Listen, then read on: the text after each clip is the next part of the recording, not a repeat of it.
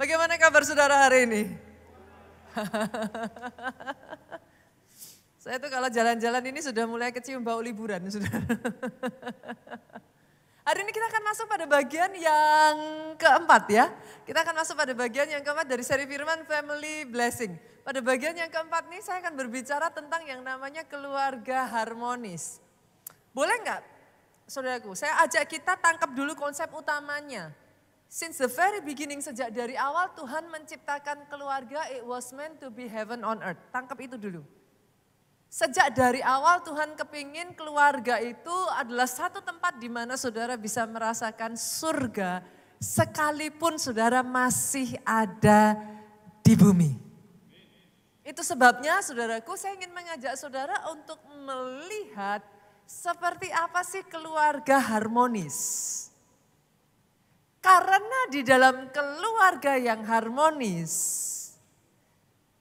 family blessing dicurahkan. Berkat di dalam keluarga bisa tercurah ketika ada harmonis keluarga yang harmonis. Kenapa Pastor? Mazmur 133 ayatnya yang pertama sampai ayatnya yang ketiga ngomong gini. Sungguh alangkah baiknya, sungguh alangkah indahnya jika saudara semua hidup rukun bersama. Artinya saudaraku, ketika pasangan suami istri bisa jadi satu hidup rukun, Alkitab mengatakan itu indah. Bahkan saya perkatakan di tempat ini para pelayan Tuhan, jika bisa rukun bersama, Alkitab katakan itu indah. Setiap jemaat yang ada di tempat ini, ketika saudara berkumpul seperti ini, ada kerukunan, Alkitab katakan indah. Kenapa saudara? Ayatnya yang kedua ngomong, seperti minyak di kepala Harun, dan kesangkut dan jubahnya turun. Apa? Seperti embun yang dari Hermon mengalir ke Bukit Sion. Pada saat saudara rukun bersama, aliran itu Pak, mengalirnya lancar. Pertanyaannya sekarang aliran apa Pak? Apa yang mengalir lancar pada saat ada kerukunan? Alkitab ngomong, apa? Ayatnya yang ketiga, sebab kesanalah Allah memerintah agar berkat-berkatnya tercurah. Di mana pasangan suami istri hidup rukun, kesanalah Tuhan memerintahkan berkat dicurahkan. Di mana ada orang tua dan anak-anak yang hidup rukun, kesanalah Allah memerintah berkat dicurahkan. Bahkan bukan hanya berkat loh saudaraku. Hidup selama-lamanya, amazing ya. Bukan hanya keluargamu diberkati. Di mana ada kerukunan, ada kehidupan. Bukan satu generasi, tapi selama-lamanya. Artinya dari generasi ke generasi, ke generasi, ke generasi. Saya enggak mendengar amin paling keras dari tempat ini. Oh come on, kalau amin yang keras tepuk tangannya yang paling meriah. Di dalam keluarga yang harmonis, aliran berkat itu lancar. Pertanyaannya sekarang seperti apa sih keluarga yang harmonis? Kan jadi kita harus ngerti ya. Karena berapa banyak di tempat ini yang kepingin. Aliran berkat itu bahkan ada kehidupan selamanya bisa mengalir. Boleh saya lihat tangan-tangan terangkat? Oh come on. Boleh tepuk tangannya yang paling meriah sekali lagi. Nah pertanyaannya sekarang kayak apa keluarga harmonis saudara? Kata harmonis itu diambil dari kata harmoni. Harmoni yang terdekat yang saudara paling mudah menemukan adalah harmoni di dalam simfoni musik. Dan yang namanya harmonis itu bukan berarti nggak ada perbedaan loh. Yang namanya harmonis bukan berarti nggak ada konflik. Kalau saya berbicara tentang sebuah orkestra simfoni, saudaraku, Kalau saya bicara ada harmoni di dalam simfoni itu, artinya bukan berarti yang boleh main cuman piano. Saksofon diem, drumnya nggak boleh. Apalagi biolanya nggak boleh. No. Yang namanya harmoni justru di dalam setiap perbedaan ada keselarasan untuk mengerjakan bagiannya masing-masing. Papanya ngerjain bagiannya, mamahnya ngerjain bagiannya, anaknya ngerjain bagiannya. Dari perbedaan itu ada kekuatan ketika disatukan, ada keselarasan di sana. Justru lahirlah mahakarya. Lahir satu musik yang bisa menyentuh sampai ke hati, saudara. Karena sejujurnya saudaraku, yang namanya harmoni once again, bukan tanpa konflik, bukan tanpa perbedaan. I think kalau kita menghilangkan perbedaan, impossible deh saudaraku. Coba lihat kiri kanan saudara, ada nggak yang sama persis dengan saudara wajahnya? I don't think so. Bahkan anak kembar sekalipun bisa kembar identik saudara. Tapi saudara tidak akan pernah menemukan sidik jarinya sama loh. Come on. Gak usah bicara jauh-jauh soal sidik jari Pak. Anak kembar identik, kalau diem saudara bingung bedain ini mana si Andre, mana si Andra gitu kan saudara. Biasanya kalau kembar kan namanya begitu. Tapi kalau dianya sudah mulai ngomong, saudara langsung tahu, oh ini sudah pasti Andre ini. Sudah mengerti yang saya maksudkan? It's impossible untuk menghilangkan yang namanya perbedaan. Tetapi ketika perbedaan disatukan dengan selaras, masing-masing mengerjakan bagiannya, justru lahir mahakarya dari sana. Doa saya keluarga yang seperti ini, yang saudara alami, terjadi dalam hidup saudara. Dan in case saudaraku ada sebagian dari saudara mungkin bertanya, Pastor, I do not come from that kind of family gitu. Apakah berarti kalau saya berasal dari keluarga yang maybe tidak seperti yang Pastor ceritakan, apakah artinya tidak ada kesempatan buat saya? I feel like, gimana ya saudaraku? Saya akan bawa saudara melihat kisah dari kehidupan Daud boleh? Berapa banyak yang setuju dengan saya kalau saudara lihat keluarga hanya dari permukaan semuanya nampak baik-baik saja? Sampai saudara pakai kacamata pembesar saudaraku. Saudara lihat, maka saudara akan menemukan things happen in the family. Sama halnya juga dengan Daud saudaraku. Saya ajak saudara, kalau saudara masih ingat ya, 1 Samuel 16 ayatnya yang ke-11. Pada saat Samuel hendak memilih raja dari anak-anak Isai, Samuel itu minta dipanggil seluruh anak-anak Isai saudara. Di bagian mana dari perintah Samuel yang enggak jelas. Kira-kira kalau ada kingmaker datang ke kota saudara dan kingmaker ini datang ngomong sama saudara, bawa semua anak. Nanti ada salah satu yang mau dijadiin raja. Bila perlu anak tetangga juga saudara bawa. Kan gitu. Semua orang saudara akui sebagai saudara. Kan gitu. Mana tahu salah satu jadi raja. Ngapain dihemat saudaraku. Tapi dalam kasus Daud ini kalau saudara lihat 1 Samuel 16 ayat 11. Lalu Samuel berkata kepada Isai, inikah anak-anakmu semuanya? Isai bisa menipu Samuel. Tapi saya tidak pernah bisa menipu Tuhan.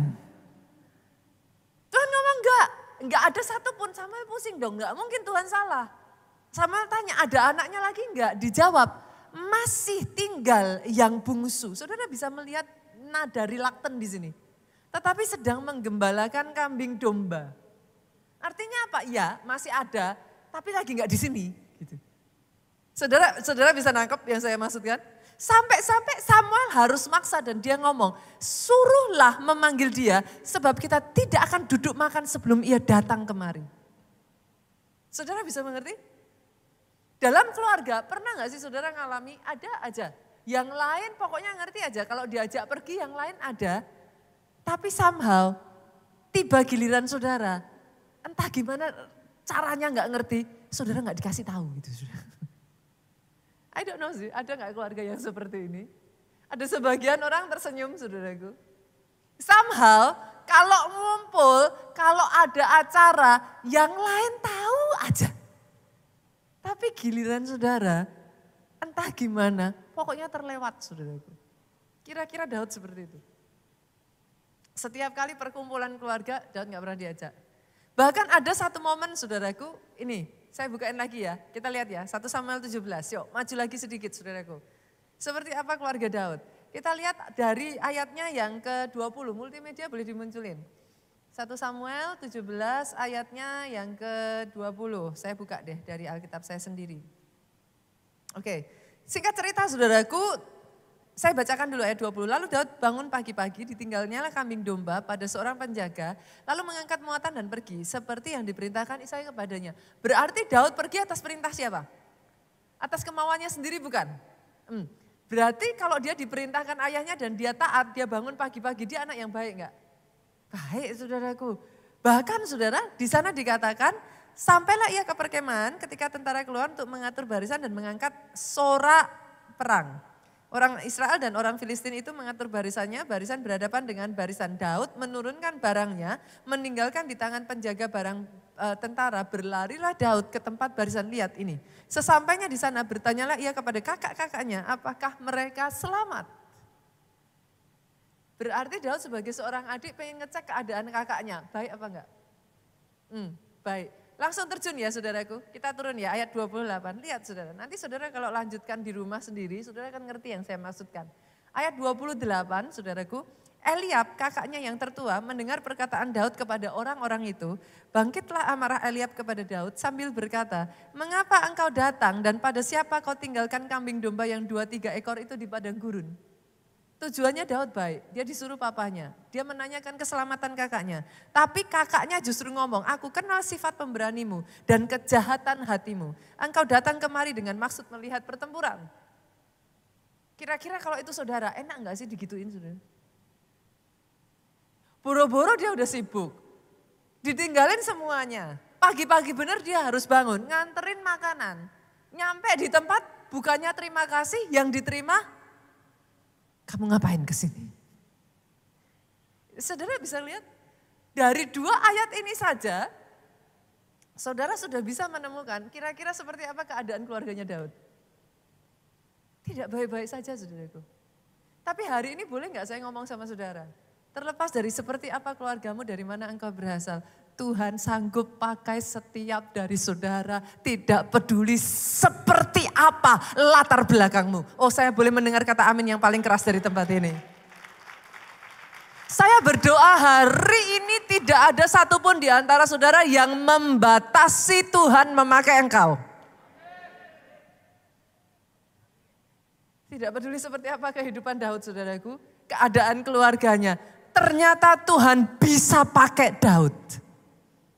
Bahkan saudara, yang amazingnya, ada satu waktu di mana setelah Daud mengalahkan Goliat, dia menikah dengan anak dari Saul saudara.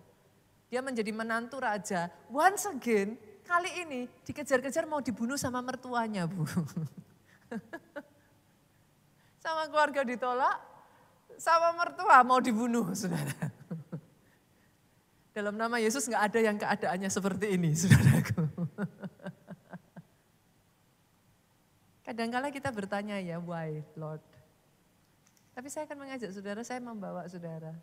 Even di dalam keadaan yang sangat tidak masuk akal sekalipun, seolah-olah tidak ada masa depan dan tidak ada pengharapan untuk pemulihan di dalam keluargamu. Lihat, ada satu ayat yang jarang dibaca saudara. 1 Samuel pasalnya yang ke-22. Ayat ini sesungguhnya buat saya adalah sebuah ayat penghiburan saudaraku. Lalu Daud pergi dari sana melarikan diri ke Gua Adulam. Dia pergi kemana saudara? Gua Adulam. Ketika saudara-saudaranya dan seluruh keluarganya mendengar hal itu, larilah mereka meninggalkan Daud. Alkitabnya sama enggak saudara? Alkitab ngomong apa? Setelah seluruh keluarganya mendengar hal itu, apa yang dilakukan? Apa? pergilah mereka ke sana mendapatkan Daud. Saya tanya, kalau Daud dikejar seluruh Israel, saudaraku, dia menjadi wanted, the most wanted person. Menurut saudara, bahaya nggak nyari Daud? Untuk keluarganya mencari dan menemukan Daud, ada risiko besar di sana nggak? Yes. Kalau sampai mereka meresikokan kehidupan mereka cari Daud, berarti ada pemulihan keluarga enggak? Saudara bisa mengerti yang saya maksudkan? Boleh enggak saya ngomong di tempat ini? Tidak peduli seberapa berat keadaan keluargamu, tidak ada yang mustahil bagi Tuhan. Ayat ini menjadi satu ayat penghiburan, saudaraku. Pastor, how do you know keluarga Daud dipulihkan? How do you know kalau terjadi rekonsiliasi? Ayat ini tidak menceritakan akhir ceritanya seperti apa. Saya bawa boleh enggak, saudaraku? Kita lihat ayat yang ketiga. How do I know? Ayat ketiga ngomong gini, dari sana Daud pergi ke Mispa di Moab dan berkata kepada raja negeri Moab, izinkanlah ayahku dan ibuku tinggal padamu sampai aku tahu apa yang dilakukan Allah kepadaku. Saya tanya, saudara, kalau hubungan keluarganya Daud enggak baik, Daud boro-boro enggak nitipin orang tuanya sama raja Moab. Saudara bisa mengerti yang saya maksudkan? Daud mau memastikan keluarganya aman terlepas dia menjadi buronan most wanted man di Israel.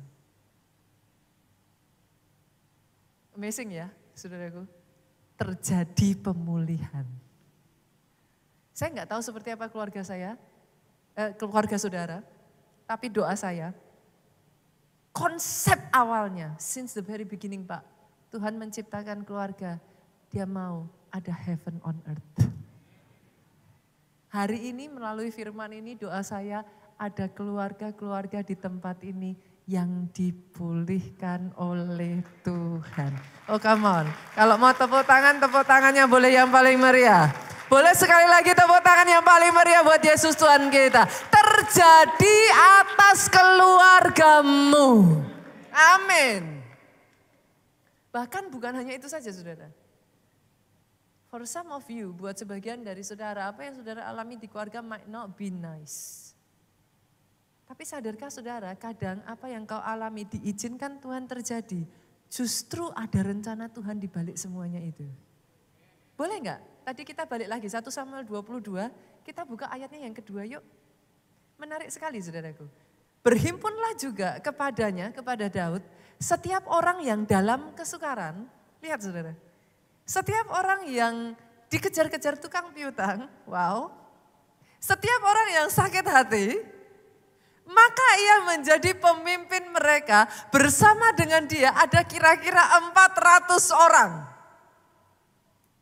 Ternyata keadaan Daud yang tertolak, keadaan Daud yang dibuang, membawa Daud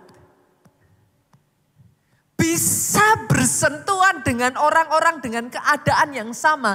Dan hari itu ayat 2 yang saudara bacakan, yang baru saja kita baca saudaraku. Daud jadi KKS buat 400 orang loh. Halo.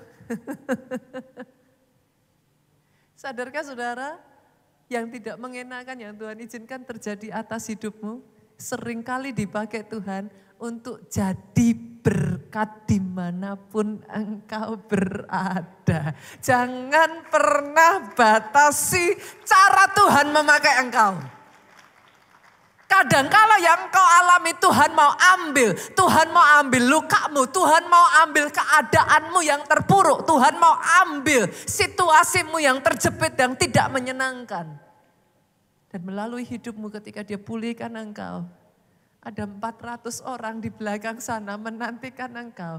Pemulihanmu membawa pemulihan buat 400 orang. Ketika Daud dipulihkan, lahirlah 400 pahlawan-pahlawannya Daud.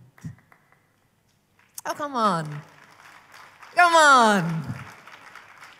Izinkan saya mengatakan, Tuhan belum selesai bekerja dalam hidupmu. Lepas dari apapun yang terjadi saudaraku. Jangan pernah mengatakan tidak mungkin pastor. Jangan pernah mengatakan mana bisa pastor. Dengan caranya yang ajaib. Dia mengambil seorang anak yang terluka, seorang anak yang tertolak, seorang anak yang bahkan tidak diakui oleh orang tuanya sekalipun. Dalam keterpurukannya, Tuhan pakai Daud. Dan karena kehidupannya, dia bisa memeluk begitu banyak orang. Dia bisa merasakan perasaan yang sama. Dan dari satu orang yang terluka, lahir pahlawan-pahlawan yang gagah perkasa. Doa saya, dengan cara yang ajaib Tuhan pakai Daud. Tuhan pakai hidupmu. Oh yes. Itu sebabnya saudaraku, yuk hari ini don't give up. Jangan menyerah.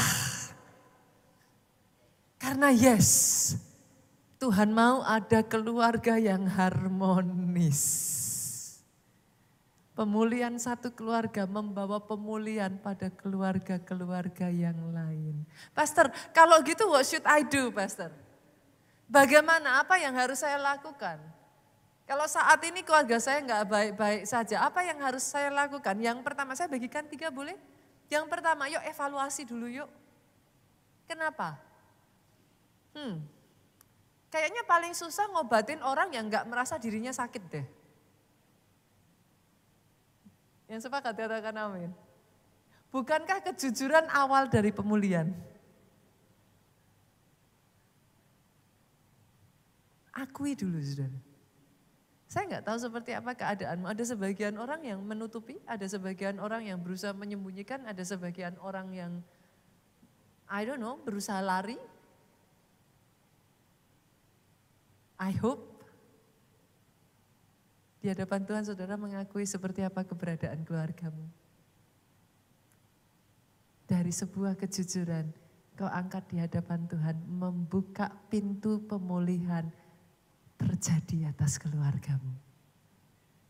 Jujur seperti apa, Pastor? Yuk kita lihat dulu yuk. Saya akan bagikan kepada saudara ada 5 macam keadaan kesatuan di dalam keluarga, saudaraku. Simpel sih sebenarnya saudara. Keluarga yang kesatuannya sangat baik, yang pertama, kelihatan sih. Saya sering dulu melayani, sekarang waktunya sudah lebih terbatas, saudaraku. Tapi dulu saya sering melayani di Samuel Moment. I love it so much. Samuel Moment itu adalah retreat, semacam retreat encounter untuk anak. Saya tuh melayani sangat banyak anak saudaraku, dari anak-anak yang begitu benci kepada orang tua. Dari anak-anak yang menjadi korban dari perceraian, saudaraku. Pernah ada satu anak yang datang kepada saya dan ngomong gini, Pastor, I will do anything. Itu saya nangis saudaraku. Saya tuh kalau udah melayani anak-anak gitu saya enggak, paling enggak kuat kalau sudah anak-anak yang ngomong saudara. I will do anything, Pastor. Mama mau minta saya nilai 10, I will do it. Mama mau minta saya ngelakuin apa saja, I will do it. Asal saya diizinkan satu aja, Pastor, ketemu papa. Itu saya dengar kayak gitu habis, saudara. Saya ketemu dengan anak-anak yang ditinggal pergi oleh kedua orang tuanya, bukan meninggal ya saudaraku. Mereka meninggalkan anak ini harus berpindah sampai lebih dari 7 tangan saudaraku. Berubah menjadi satu sosok anak yang penuh dengan kemarahan. Sebenarnya salah satu penyebab saya mengadakan Samuel Moment karena anak ini saudaraku. Karena pusing saya saudara, setiap kali anak ini datang ke gereja, temboknya gereja jebol saudara. Itu benar-benar yang so much hatred saudara. Begitu banyak kemarahan di hati anak ini. Itu anak bisa jalan ya saudara, out of nowhere, temennya nggak salah apapun ya, bisa dicita, bisa ditarik rambutnya, bisa dipukul saudaraku, bisa ditendang saudara. Itu pertama kali saya mengadakan Samuel Moment, to be honest saudaraku, anak ini adalah salah satu concern saya. Pertama kejadian saudaraku, yang lain baru makan, dia tuangkan teh tuh ke makanan temannya saudara. Dia ambil kecoa mati saudaraku, dia masukkan ke minumannya temannya saudara. Wah itu kacau semua saudaraku, retret itu berantakan semua gara-gara anak ini. Amazingly, sesi pertama saudara. Anak ini dijamah Tuhan dengan begitu rupa. Saya nggak pernah nyangka saudaraku dari anak-anak itu sampai guling-guling nangis sejadi-jadinya saudara. Anak yang begitu dibenci teman-temannya saudaraku, the second time dia mengikuti bukan Samuel Moment tapi Eagle Camp saudara. Eagle Camp itu ISBC untuk anak-anak. Saudara tahu dia satu tim itu ada sekitar 10 atau 8 anak. Dia angkat ransel dari teman-temannya yang lain saudaraku. Dan dia ngomong sama teman-temannya, ayo kita bisa menyelesaikan dengan baik. Teman-teman yang tadinya membenci dia mengikuti dia, anak ini sampai sekarang melayani di gereja kita. Oh boleh saya dengar tepuk tangan yang paling meriah. Seorang anak yang sudah tertolak, seorang anak yang berpindah tangan sampai 7 kali saudaraku. Seorang anak yang tidak diterima. Ketika dipulihkan dia membangkitkan teman-temannya yang lain saudaraku menjadi pahlawan yang luar biasa. Dari pemulihan anak ini saudaraku, keluarganya yang tadinya sudah angkat tangan karena nggak pernah bisa, anak ini dipindah tangan kan bukan karena mereka tidak menyayangi anak ini, tapi karena keluarganya sudah angkat tangan sudah. Pindah ke uncle yang ini, pindah ke auntie yang ini, mereka sama sekali tidak bisa mengurus anak ini. Sampai Tuhan berperkara. Dari Samuel Moment saudaraku, saya melihat, saya bisa berjumpa dengan anak-anak, I know, saya bisa tahu saudara, keluarga yang anak-anak yang keluarganya itu baik-baik saudara. Almost kayak kalau ditanya ya saudaraku, apa? Gak ada saudara. Biasanya anak-anak dari keluarga yang rukun, dia happy-happy saudara. Dia gak ada rasa pahit, dia gak ada rasa, dia happy aja. Dia senang aja, dia ada keterbukaan di sana, nggak ada rasa, anak-anak tuh feel safe to be in the family.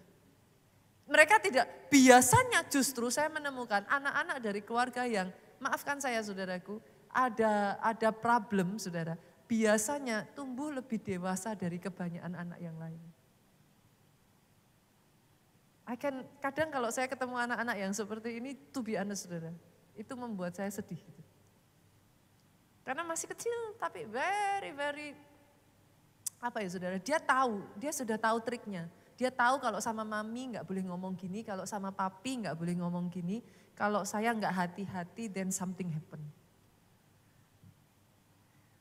Itu tidak terjadi ketika saya melihat di anak-anak, biasanya kalau anak-anak itu tumbuh dari keluarganya justru yang kesatuannya baik saudara, tipenya itu kebanyakan polos-polos. Jadi yang pertama saudara, keadaan yang keluarga yang baik. Yang kedua saudaraku, keluarga yang mengalami keretaan ringan. Biasanya kalau keretaan ini masih ringan saudara, itu masih enggak masalah. Keretaan ringan itu sesederhana kayak ya suami istri mulai kayak, apalah saudara, istilahnya yang satu enggak mau ngomong, yang satu ini menghindari sedikit apa.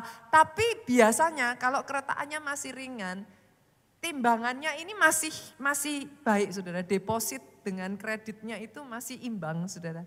Biasanya dengan komunikasi yang baik itu akan pulih.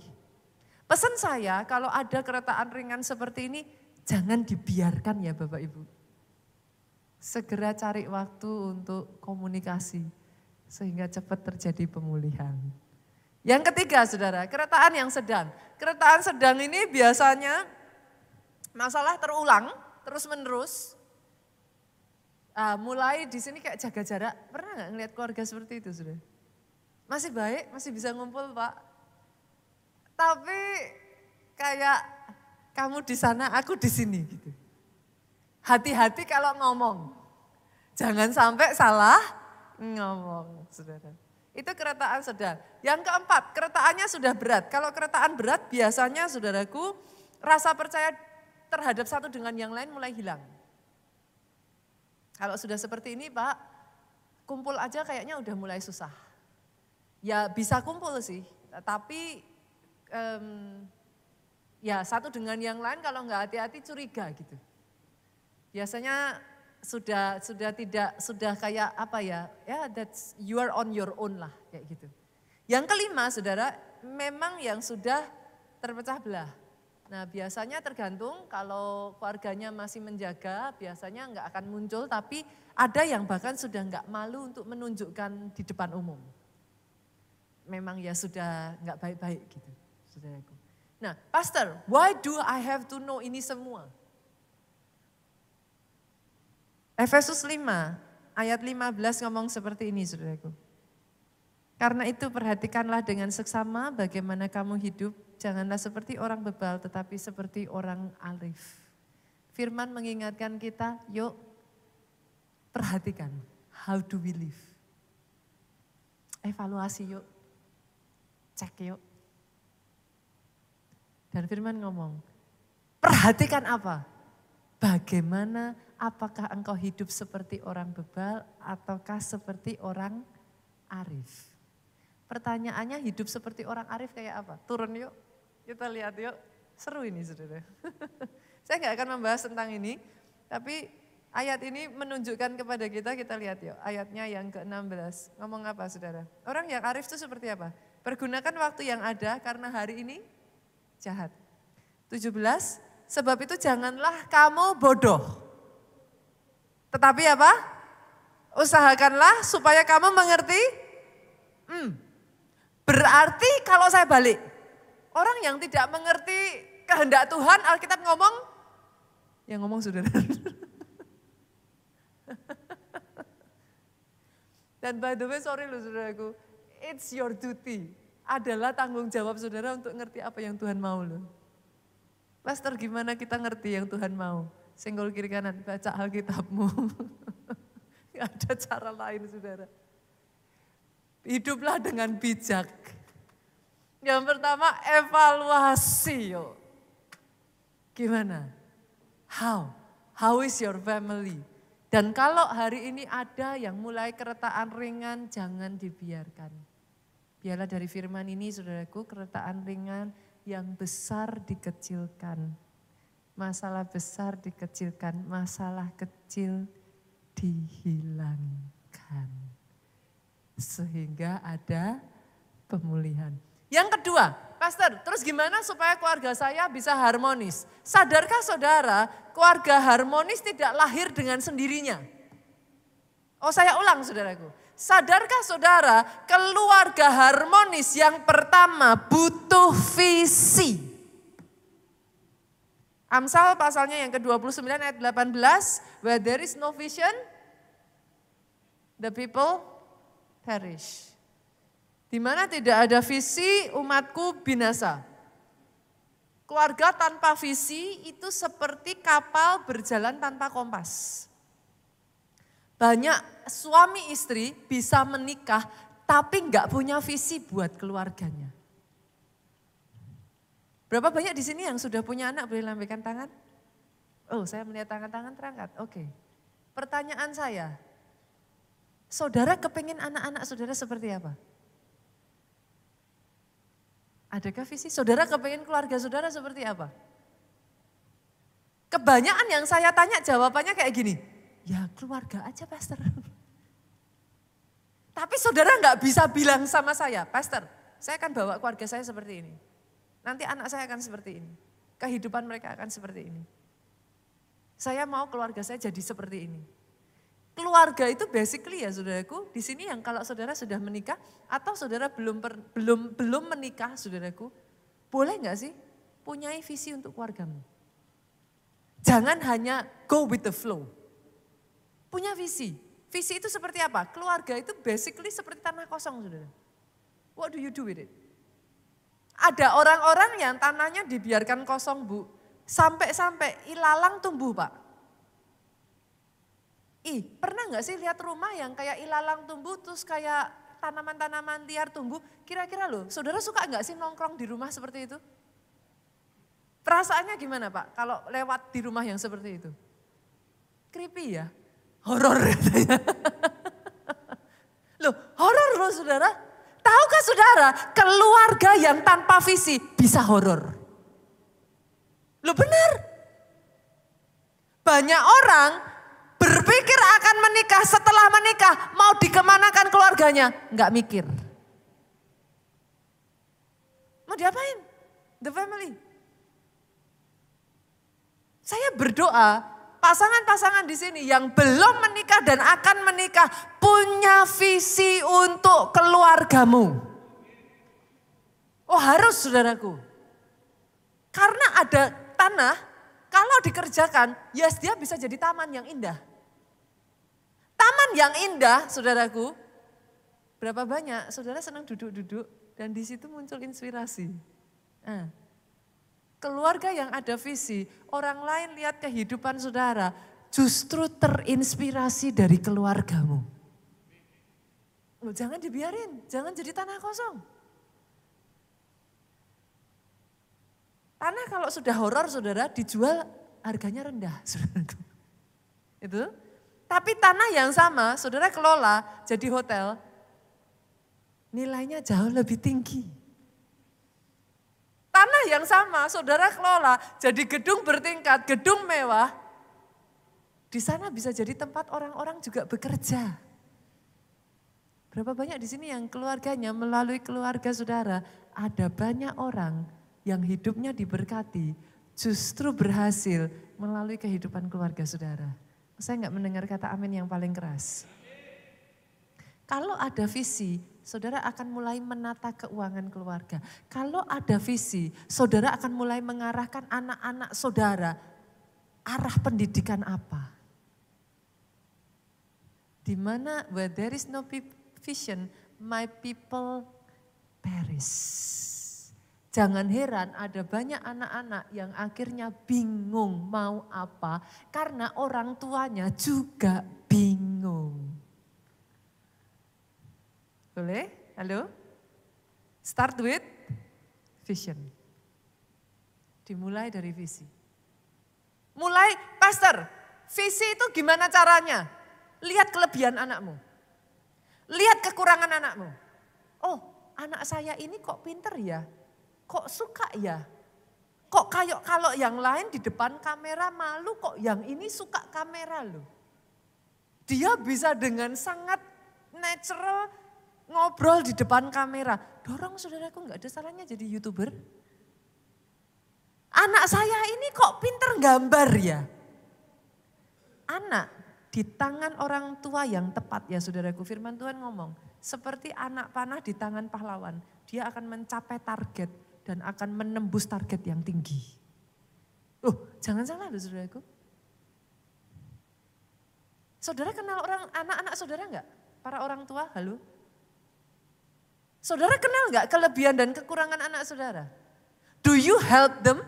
Ada anak-anak yang bingung dan mereka bahkan bersikap tidak seperti yang mereka mau saudaraku. Because they don't know what to do.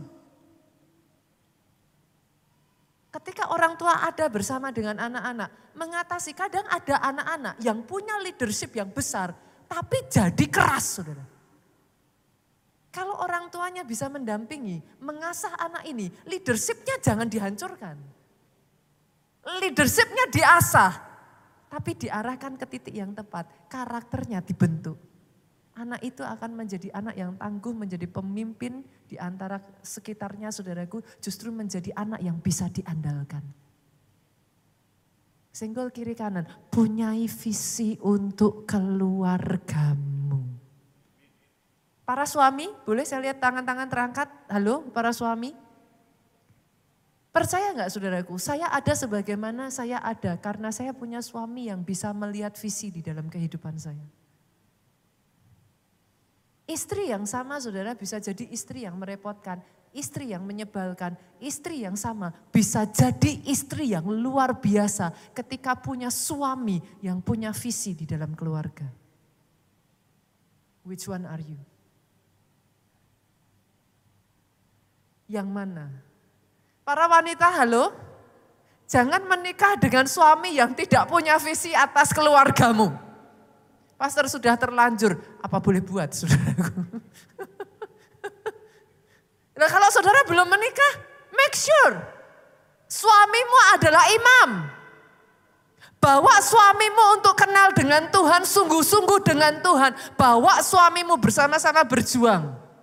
Yang sepakat katakan amin. Come on.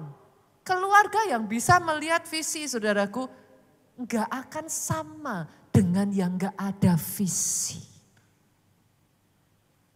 Doa saya hari ini mulai bisa melihat ya Bapak Ibu ya. Jangan dibiarkan. Don't let your children go nowhere. Bentuk, asah, arahkan.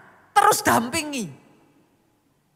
Pada saat mereka ada di dalam kesulitan, jangan dilepas. Be there for them. Sampai engkau melihat rencana Tuhan yang sempurna jadi satu demi satu atas suamimu, atas istrimu, atas anak-anakmu. Once again, nama Tuhan dipermuliakan. Yang ketiga, Pastor, kalau sudah punya visinya terus gimana? Visi saja nggak pernah cukup, saudaraku. Saudara pernah dengar nggak lagu ini? Andai, ku jadi orang kaya. Andai, nggak usah pakai kerja. Kok enak, saudara? Perhatikan ini, saudaraku. Visi hanya bisa terwujud dengan kerja keras. Jangan menipu diri saudara sendiri. Dari tanah yang tadinya, kenapa saya taruh poin yang pertama evaluasi. Saudara harus tahu tanah keluargamu seperti apa terlebih dulu. Loh, kalau nggak tahu saudara gimana caranya mulai? Tapi kalau saudara tahu, Pastor, tanah keluarga saya penuh ilalang, tanah keluarga saya penuh kerikil, penuh dengan tanaman liar. Oke, let's go. Yang pertama, singkirkan kerikil-kerikil, ilalang, penghalang. At least you know. Kalau saudara tidak mau melihat seperti apa keadaan saudara-saudara, tutup mata terus terhadap keadaan keluarga saudara, tidak akan pernah it's going nowhere. Kejujuran awal dari pemulihan. Pastor, saat ini saya sedang tidak baik-baik saja dengan suami Pastor. Hubungan saya dengan anak-anak tidak baik-baik saja. Terbuka, saudara. Come on, ayo. Singkirkan satu demi satu. Apa? Ada, I don't know, mungkin ada sebagian dari saudara ada kemarahan, ada sakit hati. Mulai dengar anak saudara. Boleh saya ceritakan kepada saudara what happened to my own family? Boleh ya, saudaraku? Sekian waktu yang lalu, saudaraku, sudah cukup bertahun-tahun, saudara. Saya itu merasa somehow hubungan saya dengan salah satu anak saya itu kayak, saya nggak tahu, saudaraku. Kalau mau dibilang kita nggak ada masalah. As of the present situation tuh nggak ada masalah tertentu, saudara. Tapi saya sering merasa bahwa somehow anak ini ada kayak penolakan gitu. Rasanya kayak entah gimana itu kayak kepengennya ngelakuin sesuatu yang kalau itu menyakiti saya, tanpa dia sadari itu ada kayak kepuasan gitu. Dan itu membuat saya jadi sakit, saudara. Tapi setiap kali kayak dibicarakan as if nothing gitu. Dan saya nggak tahu kenapa ya. Sampai satu waktu, saudaraku, I decide saya bawa di hadapan Tuhan. Senggol kiri kanan katakan, Pak, doa orang benar, jika dengan yakin didoakan, masih besar kuasanya. Kadangkala saudara kita itu banyak gini tapi nggak banyak doanya loh. Kita banyak worry, kita banyak takut, kita banyak marah, kita banyak jengkel, tapi nggak banyak doanya. I decide pada saat itu, saudaraku, saya ngomong, Tuhan, I cannot do it. I don't know what should I do. Saya nggak tahu apa yang harus saya lakukan. Segala cara sudah saya lakukan tapi it seems like it doesn't work.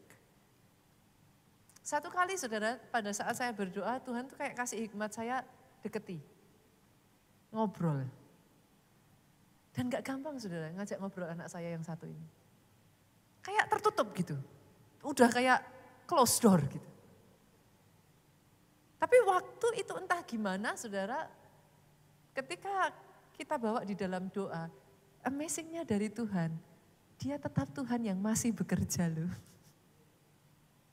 Saat itu entah bagaimana, saudaraku, anak saya mulai bercerita, dan apparently dia itu menyimpan satu rasa sakit, saudaraku, yang itu dia, gimana ngomongnya ya, saudara? Dia tuh gak ingat detailnya, tapi perasaannya itu dia sangat ingat. Dan dia gak suka, tapi dia gak bisa keluar dari itu. Rasanya setiap kali ketemu saya, dia kepengennya nyakitin saya. Terus saya tanya, what do you experience? Dia tuh cerita, I remember it when I was 3 or 4 years old, kata dia. Kejadian yang dia ceritakan itu benar, saudara.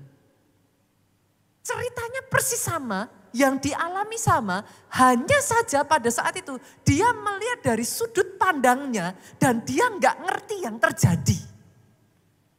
Tapi perasaan itu dibawa terus, saudara.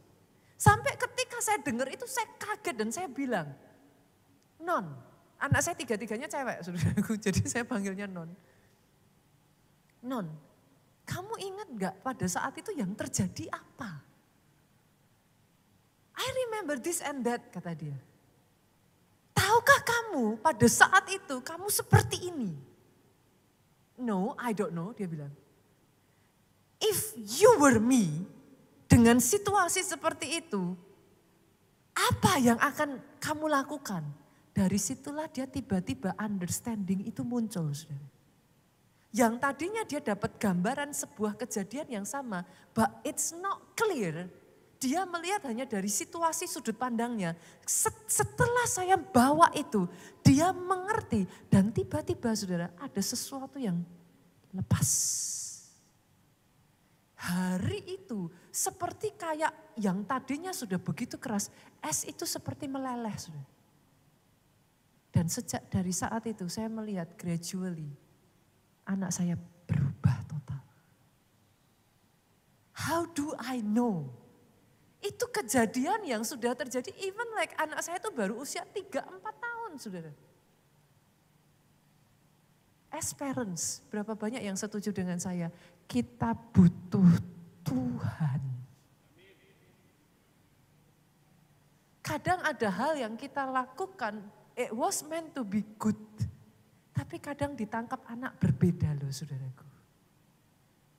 Tapi ketika saudara bring it before God, tangannya turut campur, dia turut bekerja. Dia turut bekerja mendatangkan kebaikan, mendatangkan pemulihan. Doa saya yang dia kerjakan atas keluarga saya, atas anak saya, atas hidup saya. Tuhan kerjakan atas hidupmu, hidupmu, hidupmu. Sejak hari itu everything change. Yuk cari yuk saudaraku, kerikil apa yang menghalangi? Ada enggak ilalang? Pastor, kok bisa ilalang tumbuh? Alkitab mencatat saudara, malam hari pada saat semua tidur, iblis nabur benih lalang. Buat saudara yang berkata, Pastor kok bisa? Saya enggak ngelakuin apa-apa kok bisa? Bisa. Alkitab ngomong, tengah malam waktu saudara enggak sadar, semua tidur, itu benih ditabur. Hari ini ambil waktu yuk, bersihkan. Ingat ini baik-baik saudaraku, it was meant to be heaven on earth. Tuhan mau keluargamu jadi seperti surga di bumi. Bersihkan, singkirkan satu persatu, komunikasikan dengan anak saudara. Jangan hanya dibawa di hati, komunikasikan, ceritakan, ajak mereka bareng-bareng berjuang sama-sama. Itu sebabnya ketika anak-anak sudah dewasa ya saudara, I strongly urge, saya benar-benar mendorong saudara, punya satu wadah di mana saudara komunikasi dengan anak. Kalau enggak hati-hati, bukan ketika anak kecil loh saudaraku, setelah anak dewasa, saudara hidup satu rumah, tapi bisa tinggal sendiri-sendiri loh. You don't know your kids. Karena kamarnya kan udah sendiri-sendiri. Apa yang dilakukan anak itu you don't know loh. Anak itu going through apa you don't know. And suddenly you just lost. Tiba-tiba saudara melihat anak saudara, loh kok kayak gini ya? Kok berubah ya? Tadinya baik kok sekarang jadi begini ya? Be very careful saudara. Komunikasikan. Itu sebabnya saya benar-benar mendorong, punyai mesbah keluarga Pak. Doa sama-sama. Biasanya dalam keluarga saya ya saudaraku, mesbah keluarga itu dipakai oleh suami saya untuk berbicara dengan anak-anak. mengarahkan anak-anak, membawa anak-anak di dalam langkah-langkah yang sama-sama sevisi, sejalan, takut akan Tuhan. Mesbah keluarga itu luar biasa sekali, saudaraku. Yang kedua, what should I do, Pastor? Setelah kerikil, ilalang disingkirkan, yang kedua Pak, segera dengan sengaja ditanami benih yang baru. Yes, dan ini butuh komitmen. Harus segera ditanami, saudaraku. Saudara nggak bisa habis ilalang disingkirkan, saudara biarkan kosong, itu muncul tanaman liar yang lain. Tanami dengan benih yang baru. Tanami dengan benih firman. Para suami, papa-papa, sorry. Engkau imam di dalam keluarga. Saudara gak butuh harus bisa khotbah. Tapi yes, senggol kiri kanan. Harus baca firman. Lah saudara mau ngajarin ke anak-anak apa? Kalau saudara sendiri bahkan gak tahu firman. Apa yang mau dikasih? You don't have to be able to preach, but you have to read your Bible.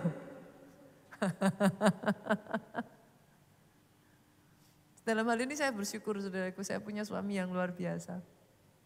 Peranan orang tua ya saudara, khususnya papa dalam hal ini. Pastor, saya single parents.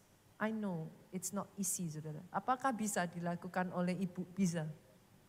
Tapi ada satu peranan papa itu yang amazing sekali, saudaraku. Khususnya setelah anak-anak dewasa, mengarahkan masa depan anak.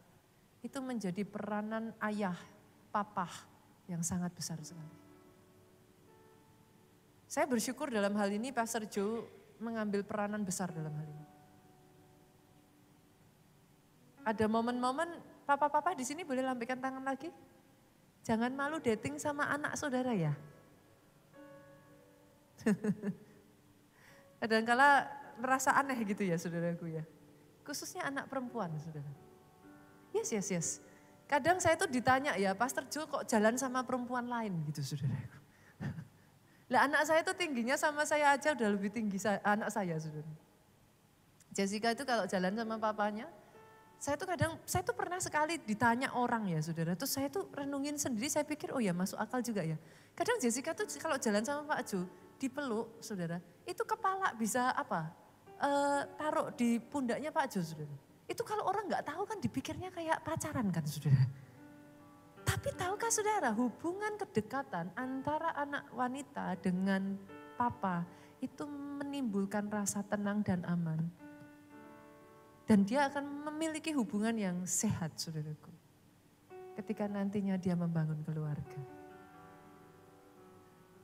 Jadi I strongly urge ya, papa-papa di sini, ajak anaknya yang masih ini dating saudara. Diceritain supaya anak itu bisa ngerti.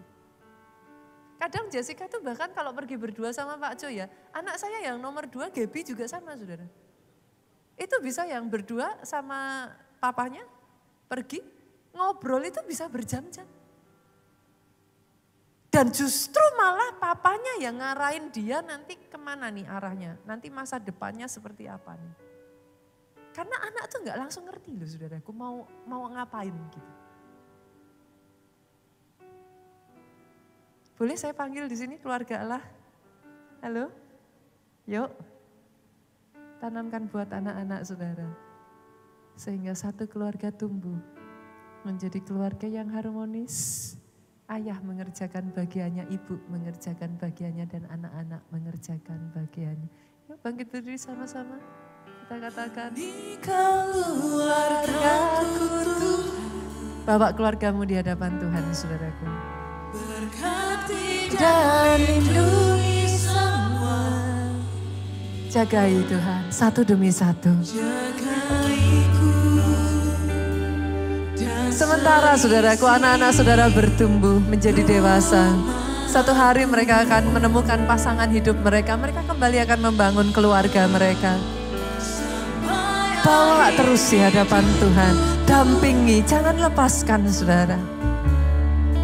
Kemau setia melayanimu. Yes Lord, ku bahagia jadi keluarga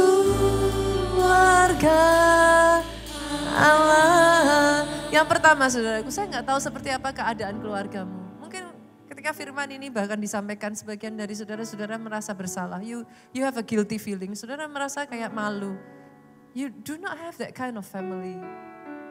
Mungkin ada sebagian dari saudara yang mungkin berkata kepada saya, Pastor, I wish saya punya keluarga seperti itu. But in fact, keluarga saya bahkan gak peduli sama saya, Pastor.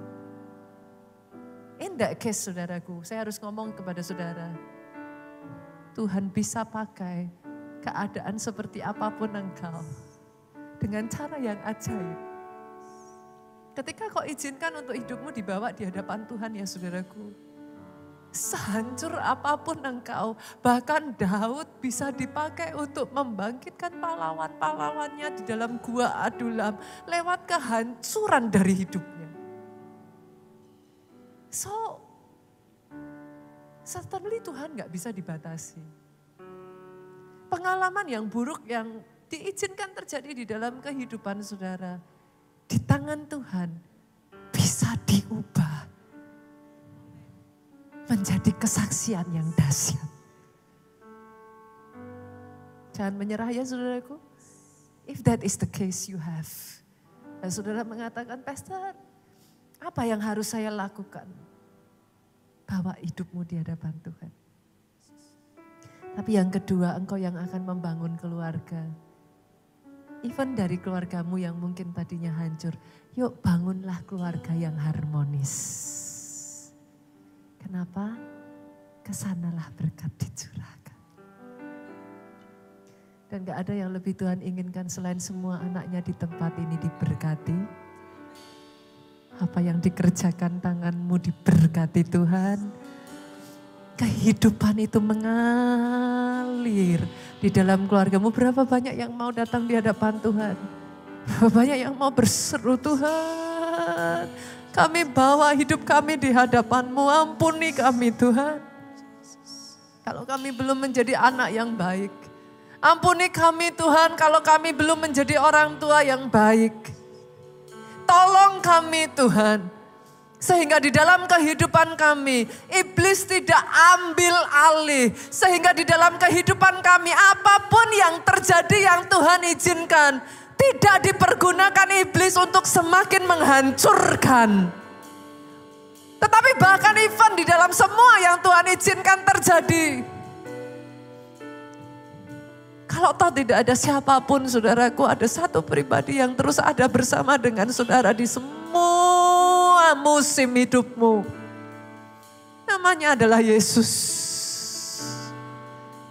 Dia menangis bersama engkau, dia berdiri bersama dengan engkau, dia tahu situasimu. Dan dia tidak pernah membiarkan engkau sendirian. Pegang erat tangannya. Minta dia tuntun engkau, minta dia bawa engkau menjadi agen pemulihannya di muka bumi ini. Pertama hidupmu yang dipulihkan. Tapi setelah itu dari hidupmu, banyak jiwa-jiwa yang boleh dipulihkan. Sama-sama katakan.